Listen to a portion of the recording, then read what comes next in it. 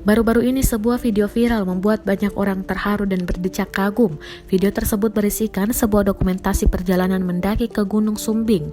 Video itu menjadi viral lantaran tampak seorang perempuan berjalan dengan dua alat bantu jalan atau yang kerap disebut kruk. Bukan tanpa sebab dalam video tersebut perempuan itu tampak hanya memiliki satu kaki. Video tersebut diunggah oleh akun @arohmasukmapmd, yakni si pendaki sendiri. Meski memiliki kekurangan, dirinya tak mau berputus asa. Melewati batuan terjal hingga jalanan yang menanjak tak membuatnya menyerah. Tampak beberapa rekan yang mengiringinya dari belakang. Alhasil dirinya pun bisa mencapai puncak Gunung Sumbing. Kisah perjalanannya pun menjadi viral dan beredar luas di masyarakat.